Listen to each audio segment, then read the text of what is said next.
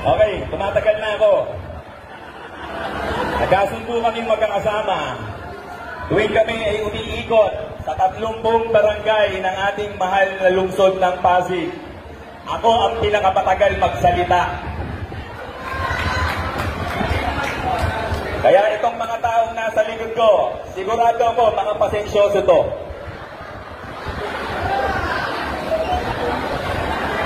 At kasama namin, hindi ho madali ang maging kandidato. Wala kang gagawing tama sa mata ng kalaban mo. May sakit ka na, tutuyain ka pa. Hindi ko alam kung saan nakakuha ng moralidad itong kalaban namin.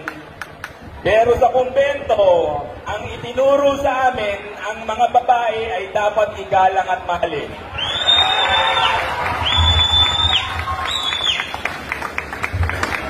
Mukhang nagkulang sa pangaral, kaya puro kayabangan ang nakikita ko. Walang masama sa pagyabang kung meron kang ipagyayabang.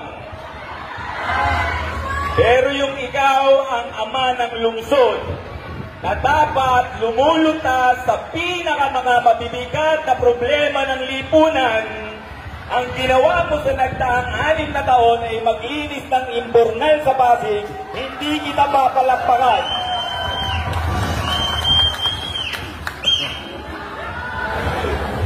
Papalakpak lang ako kapag ang mga may sakit ay gumaling na sa Pasig.